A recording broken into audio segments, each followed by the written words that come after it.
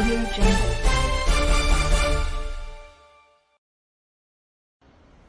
आप तक उर्दू न्यूज में आपका खैर मकदम है। मैं मोहम्मद शाहिद अहमद तवक्कल। पेश है आज की अहम खबरें।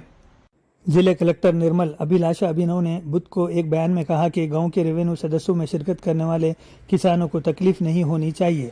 जिले कलेक्टर ने कहा कि जिले इंतजामिया ने गांव के रेवेन्यू सदस्यों से मुताल्लिक वीडियो को संजीदगी से लिया है जो सोशल मीडिया पर वायरल हुआ था।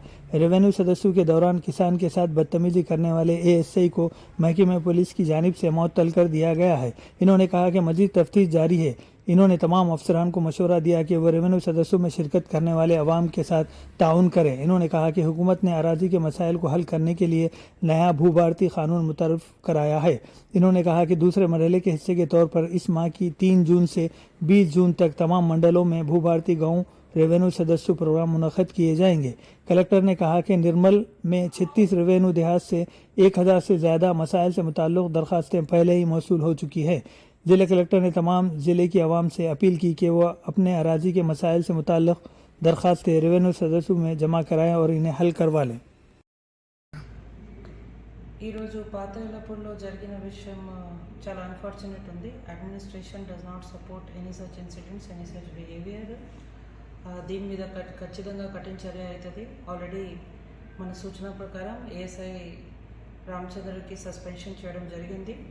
ఫర్దర్గా కూడా దీని మీద ఎంక్వైరీ కమిటీ ఏర్పాటు చేయడం జరిగింది. అలాంటి బిహేవియర్ ఎవరైనా అధికారి చేస్తేనే మన అస్సలు ఒప్పుకోము. అండ్ అడ్మినిస్ట్రేషన్ పూర్తిగా కమిటెడ్ ఉన్నాయి. సో రైతు ఖచ్చితంగా రెవెన్యూ సదస్సులో పాల్గొనాలి. అండ్ మీ పిటిషన్స్, మీ వాదన అవన్నీ చెప్పాలి. మనం మీకోసమే ఉన్నాము అండ్ డెఫినెట్గా పరిష్కారం కూడా చేస్తాము. Thank you.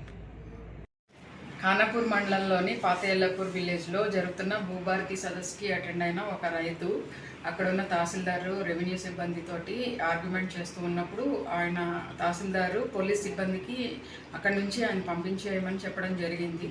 పంపిస్తున్న క్రమంలో ఏఎస్ఐ రామచందర్ అతన్ని చాలా దురుసుగా నెట్టివేయడం జరిగింది. ఇట్లాంటి చర్యల్ని పోలీసులు కూడా ఎవరు హర్షించరు. ముఖ్యంగా నిర్మల్ పోలీస్, మీ పోలీస్ అని మేము ఒక క్రమంగా ప్రజలకు దగ్గర అవుతూ ముందుకు వెళ్తున్న క్రమంలో ఇట్లాంటి చర్యలు అసలు నిర్మల్ పోలీసులు ఎట్టి పరిస్థితుల్లోనూ సహించేది లేదు. అలాగే మా జిల్లా ఇన్ఛార్జ్ మినిస్టర్ సీతక్క గారు కూడా ఈ విషయంలో ఆరా తీయడం జరిగింది.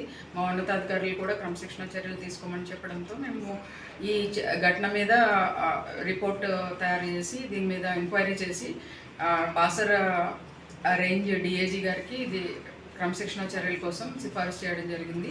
ఈ రామచందర్ ఏఎస్ఐని డిఐజీ సస్పెండ్ చేశారు, విధుల నుంచి తప్పించడం జరిగింది.